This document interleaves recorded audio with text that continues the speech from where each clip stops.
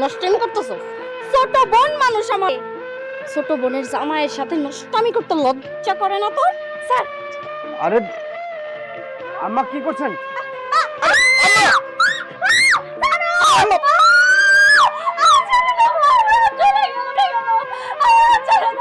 আম্মা এটা কি করছেন? থামে আম্মা। তোমার সমস্যা কি? হ্যাঁ আরে চুপ থাকো আম্মা। জেনিটা ও বুঝতে পারছি, ওইখানে হাত পড়তেছে আর তোমার এইখানে পড়তেছে, তাই না? ঠিক আছে।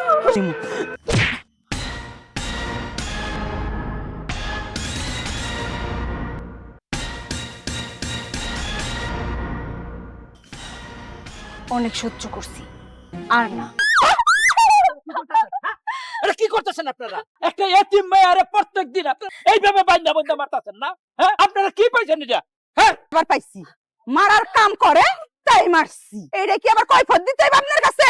কই খোদ দিবেন না কেন লেগা? হ্যাঁ, যখন মন চাইবো তখনই আমার এই ভাগ্নির গায়ে হাত তুলবেন। আপনারা কি মনে করছেন যে ওর কেউ নাই না? হ্যাঁ, বাপ মা না থাকলেও এখন এই মামা বাইচা আছে। মামা কি দরদ গো, ভাগ্নির লিগে দরদ জ্বালাইছে। তাহলে ভাগ্নির মাইরগুলো আপনি খান?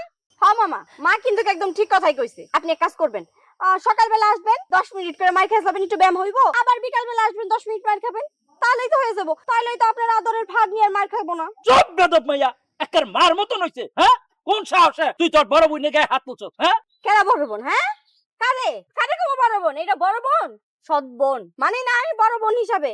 আর এই যে এত কথা কইতাছেন, আপনার যদি এত দরদ ভালোবাসা থাইকে থাকে, এক কাজ করে লইতে পারেন, ভাগ্নিরে নিজের বাড়িতে নিয়ে বসাইয়া বসাইয়া রানীর মতো রাখবেন আর খাওয়াবেন। এই বেদব মাইয়া, তোর তো এই বাড়িতে কোনো অধিকার নাই। তোর মা তোর সাথে কইরা নিয়ে আইসা তারপরে দুলাভাইয়ের কাছে বিয়া বইছিল, আর ওর এই বাড়িতে জন্ম হইছে। ওর মায়ের আমি বিয়া দিছি এই বাড়িতে, তারপর ও এই বাড়িতে আইছে। তোর মতন বাইশা আসে নাই।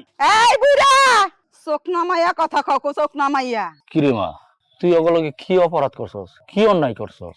মামা বিশ্বাস করো, আমি কিচ্ছু করি নাই। আমারে বিনা কারণেই মারে। আমারে মারতে ওগো কোনো কারণ লাগে না, যখন ইচ্ছা করে তখনই আমারে মারে। জানো আমি কত করে কইলাম আমারে জানো না মারে, আমি কি করি নাই, কিন্তু আমার কথা বিশ্বাসই করলো না, ইচ্ছা মতো আমারে মারলো। মারে, আমি কই কি, মা নাই বাপ নাই, তোর এখানে থাকার দরকার নাই। তুই তোর এই মামার সাথে বাড়িতে চল, আমি তোরে দেখবো, আমি তোর সমস্ত খরচপাতি দিব। তোরে ভালো একটা ছেলে দেখা আমি বিয়ে দিয়ে দিই, তুই এখানে সংসার করবি। এইখানে পরে মায়ের খাওয়ার কোনো দরকার নাই রে মা। না মামা, আমি এই বাড়ি ছেড়ে কোথাও যাবো না। আমার যতই কষ্ট হোক, আমার যতই মারধর করুক, তবু আমি এই বাড়িতে পড়ে থাকবো। তার কারণ কি জানো? কারণ এটা আমার বাপের ভিটা, আমি আমার মা বাবার গন্ধ পাই। আমি যদি এখান থেকে চলে যাই, তাহলে আমি আমার মা বাবার গন্ধটা পাবো না মামা। এই যা, তোর মা আমারে সবসময় কইতো পাথর মিষ্টি খাইতে খুব ভালোবাসে, সেই জন্য তোর জন্য মিষ্টি নিয়ে আসছিলাম, তুই মিষ্টিটা রাখ, আমি যাই। কি করতে পারবে একটা সময়? কবিতা, মায়ের জামার মুখটা মনে হয় একটু বেশি চলতাছে। শাশুড়ি মানুষ, আমি তো আর তেমন কিছু করতে পারুম না। তুই একটু ওয়াশ করে দে। ঠিক আছে মা, তুমি যাও। আচ্ছা। কি কি কইবা এখন কও? কি বলবো?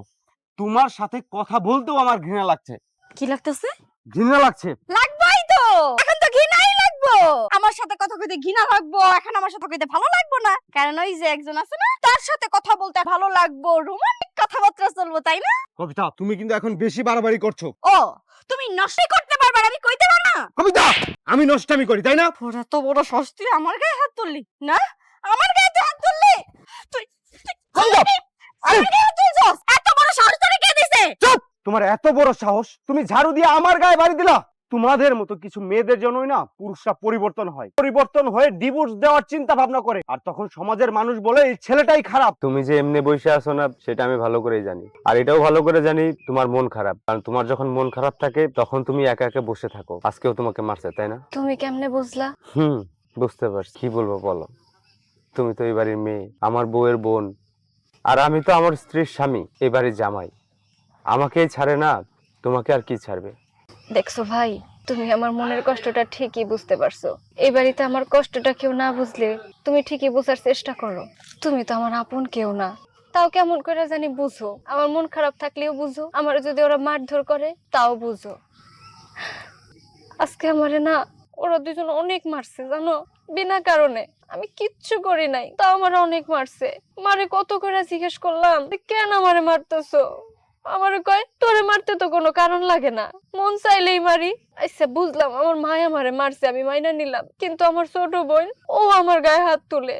ও তো আমার ছোট, ও এটুকু বোঝে না যে বড় মানুষের গায়ে হাত তুলতে হয় না, এটা একটা বেয়াদবি। আমারে যত ইচ্ছা তত মারুক, তবু বাড়ি ছেড়ে আমি কোথাও যাবো না। এটা আমার মা বাপের বাড়ি, এখানে আমার মায়ের বাপের অনেক স্মৃতি আছে, আমি সবকিছু সয়ে যাব। থাক, আর চিন্তা করো না, আমি তোমার পাশে আছি। পাশে থাকবে না, সারা জীবন পাশে থাকার জন্য পরিকল্পনা করতেছো। এমন করে আমার এই বাড়ি থেকে বের করবা সেই পরিকল্পনা করতেছো। আর এই যে নষ্টেন করতেছো। ছোট বোন মানুষ আমারে, ছোট বোনের জামাইয়ের সাথে নষ্টামি করতে আরে কি করছো? আরে সারব, কিরে কি হইছে?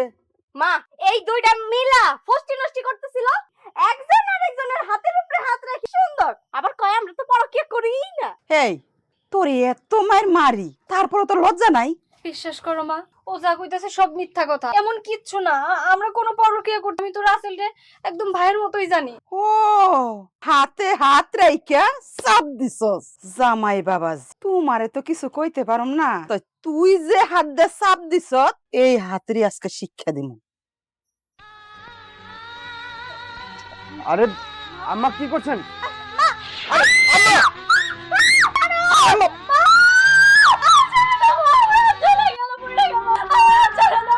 হ্যাঁ আম্মা এটা কি করছেন? থামে আম্মা, আম্মা তোমার সমস্যা কি? চুপ থাকো। আম্মা কি করছেন এটা? বুঝতে পারছি, ওইখানে হাত পড়তেছে আর তোমার এইখানে পড়তেছে, তাই না? ঠিক আছে, খুশি?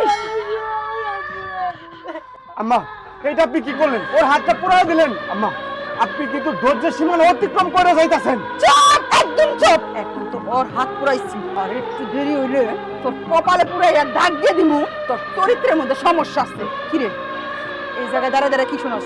যা এখান থেকে। আম্মা অনেক সহ্য করছি, আর না। আমি এই বাড়িতে আপনার মেয়েরে বিয়ে করছি শুধুমাত্র আপনি আমার শাশুড়ি মায়ের সমান বইলা। আমি এতদিন আপনার মুখের উপরে কোনো কিছু বলি নাই, কিন্তু আজকে আপনি আমার বোনের গায়ে যে হাত দিলেন, আপনি তার হাতটা পুড়ে দিলেন, আজকে আমি শান্ত থাকবো না। আপনি অসহায় এই মাইয়াটার উপরে কেন এত অত্যাচার করেন সেটা আমার কোন? কেন করে বুঝতেছো না? এখনো বুঝার বাকি আছে। এত তো কোনো কাজ কাম করে না, সারাক্ষণ বসে বসে থাকে, বসে বসে খায়, অন্ন ধ্বংস করে। তার মধ্যে আমারই স্বামীর সাথে পরকীয়া করে। তাহলে ওর হাতে সেক দিমু না, তাহলে কই সেক দিমু কও? কবিতা, তুমি অনেক বেশি বাড়াবাড়ি করতেছো। তোমার এর আগেও আমি বলছি ওরা আমি আমার বোনের মতো করে দেখি। আমি তোমার বারবার করে বলছি ওর সাথে আমার কোনো খারাপ সম্পর্ক নাই, তারপরেও তুমি আমার শাশুড়ির কানে আমাদের নামে বিষ ডালছো। যেটা করা তোমার একদমই উচিত হয় নাই। এর ফল কিন্তু ভালো হইব না। আইছে আমার ফল খারাপ করা মানুষটা।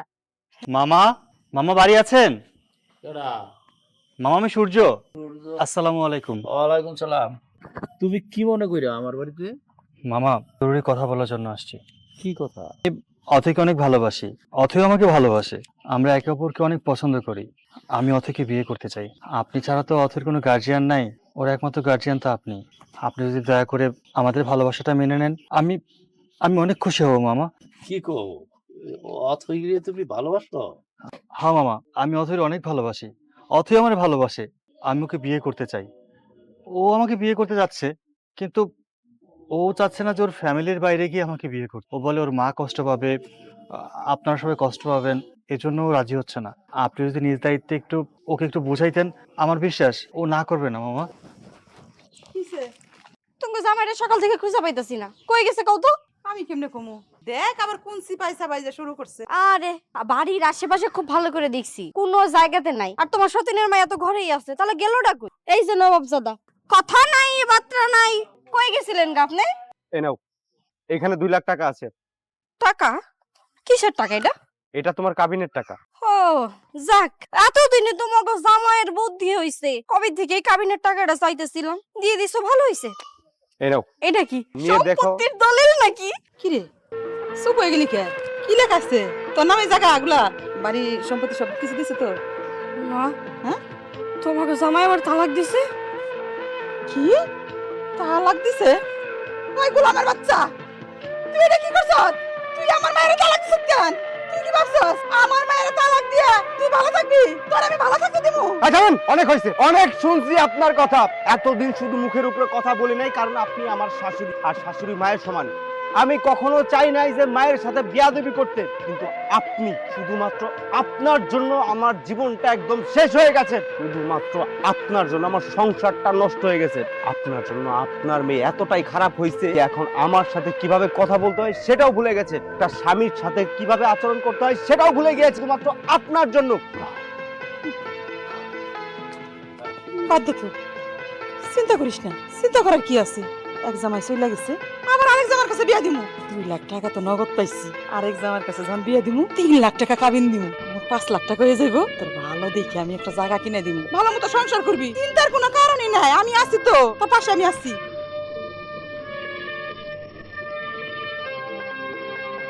ভাই, তুমি যে কাজটা করছো এটা একদম ঠিক করো নাই, অনেক বড় ভুল করে ফেলাইছো। আসলে রাগের বশে না কোনো সিদ্ধান্ত নিতে হয় না, এতে করে দেখবা শেষমেশ নিজেদেরই ক্ষতি হয়। কিছু কিছু সময় নিজের ক্ষতি হওয়াটাও ভালো। বোন, আমি ওর সাথে সংসার করার জন্য অনেক চেষ্টা করছি, কিন্তু ও আসলে চাইছে সবসময় আমার দাবায় রাখতে। হইব তখন ঠিক বুঝবো। মা, মা কি করতেছ? আমার মায়ের সংসার ভাঙা ঘরের মধ্যে যাবো এরেছস? তোর আজকে আমি উচিত শিক্ষা দিমু।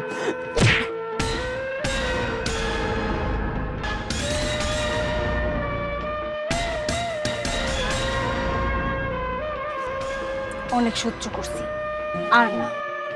তুমি কি ভাবছো বোবার মুখে কোনোদিনও বুলি ফুটে না? এতদিন তো বোবাই ছিলাম, আর কত বোবা থাকবো? মারতে মারতে মারতে মারতে আমার একদম পুতুল বানায় ফেলছো। আমি কিচ্ছু কইতে পারি না, মুখ একদম বন্ধ করে রাখি। কেন রাখি জানো? কারণ তোমার আমি আমার নিজের মা মনে করি। মায়েরও তো হারাইছি অনেক আগে, বাপেরও তো হারাই ফেলছি। ওই মানুষগুলো মারা যাওয়ার সময় কি কয়ে গেছিল জানো? কইছে তোর মায়ে তোর সাথে যত খারাপ আচরণ করুক, যাই করুক না কেন, কোনোদিনও মায়ের মুখে মুখে তর্ক করবি না, তোর মায়ের কোনোদিনও কষ্ট দেওয়ার চেষ্টা করবি না, কিছু করবি না যার কারণে তোর মায়ের কষ্ট পায়। আমি তো তাই করে যাইতেছি দিনের পর দিন, মুখ বুঝে সবকিছু সহ্য করি। তোমার ভালোবাসি সেই জন্য, তুমি আমার মা, আমার শাসন করবা, মারবা, আদর করবা এই জন্য। কিন্তু না, তুমি তো আমার উপর অত্যাচার করো করো, হাতে করে ওই যে একটা নিয়ে আইছো, তারে দিয়ে অত্যাচার করো। ও তো আমার রক্তের কেউ না, ও তো আমার বাবার কোনো অংশীদার না। তারপর ওরে কেন আমি ভালোবাসি জানো? তোমার জন্য, কারণ তোমারে আমি আমার মা মনে করি। মায়ের সন্তান মানে ও আমার নিজের বোন, নিজের বোন মনে করি। তো গায়ে হাত তুলছে, তারপরে ওর সাথে আমি একটা খারাপ আচরণ করি। পারতাম না আমার হাতটা দিয়ে ওর গলায় একটা কষায় থাপ্পড় দিতে? কেন পারি নাই? কোনো একটা দিন তুমি আমারে তোমার ওই বুকে আগলা নাও নাই? কেমনে নিবা? সারাটা জীবন মনে করে গেছো আমি তোমার সৎ সন্তান। সত্য সতই হয়, সত্য কোনোদিনও আপন হয় না। কোনোদিনও এটা মনে করতে পারো নাই যে এতিমটার তো মা বাবা অনেক আগেই মরে গেছে, ওর একটু আমার বুকে আগলায় নেই না, একটাবার আদর করি? কোনোদিনও তো মনে করো নাই। সব সময় চিন্তা করছো কেমনে আমার এই বাড়ি থেকে বিদায় করবা, কেমনে আমার অত্যাচার করবা, যেন সহ্য করতে না পারে একটা সময় আমি বাড়ি ছেড়ে চলে যাই। কিন্তু তাও যাই নাই, তার কারণ তুমি আমার মা।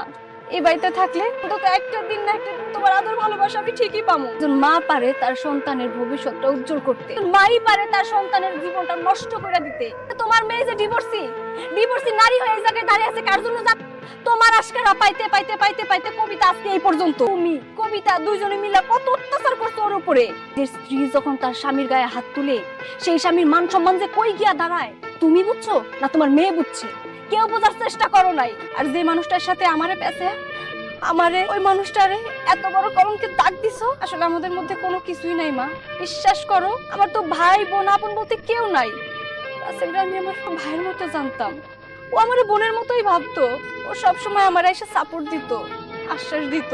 আর তোমরা মা মেয়ে ওই জিনিসটারে এত এত বড় বানায় ফেলছো, জল গোলা কইরা আমাদের কলঙ্কে দাগ দিয়ে দিছো মা। তুই মা নামের কলঙ্ক। ঠিকই কইছে, মা নামের কলঙ্ক। আর আমি বোন নাম। সেটা যদি না হইতো, তোমার মতো বড় বোনরে এইভাবে অত্যাচার করতে পারতাম না বুঝা না শুনে কত কলঙ্কের দাগি না দিছি তোমার উপরে। আমার স্বামীটারেও ভুল বুঝছিলাম, শুধুমাত্র মায়ের কথা শুনে না। মা আমারে যেটা কইছে আমি সেটাই বিশ্বাস করছি। মা আমারে সবসময় কইতো তোর স্বামীর সাথে তোর ওই বোনের খারাপ সম্পর্ক আছে। আর যখন দেখতাম তোমরা দুজনে একসাথে কথা কইতা, তখন মনে করতাম মা যেটা কইছে সেটাই সত্যি। একটা বারের জন্য বোঝারও চেষ্টা করি নাই যে তোমাদের মধ্যে আসলে সম্পর্কটা কি। সেটা যদি বুঝতাম, আজকে হয়তো আমার সংসারটা ভেঙে যাইতো না। একটা সম্পর্ক বাঁচে বিশ্বাসে, ভরসায়, ভালোবাসায় এবং সম্মানে। আইছিলাম একটা শুভ খবর নিয়ে, আজকে আইসা দেখি আর একটা শুভ খবর পাইলাম, ভালো হয়েছে। শোনো, আমি অথর বিয়ার জন্য পাত্র নিয়ে আইছি। আলহামদুলিল্লাহ ভাইজান, আসলে আমি আমার ভুলটা বুঝতে পারছি। আমি অথের উপর অনেক অন্যায় করছি, অবিচার করছি। আমি ওরে কোনোদিন আমার নিজের মায়া মনে করিনি, সবসময় সৎ মায়াই মনে করছি। আজকে আমি কথা দিতেছি, আপনি শুধু আমার ভাই হয়ে আমার পাশে থাকবেন। আর অথই আমার নিজের মায়া, ওর অনেক অনেক আশা ছিল আমার বুকে হইব, মা বলে জড়াই ধরবো। আমি ওরে আমার মায়ের স্বীকৃতি দিলাম। আমি নিজে হাতে সব আয়োজন করবো, আমি নিজে দায়িকা বিয়ের ব্যবস্থা করবো। আয় মা, আমার আর বুকে আয়। কোনো অসুবিধা নাই, আপনি বিয়ের আয়োজন করেন,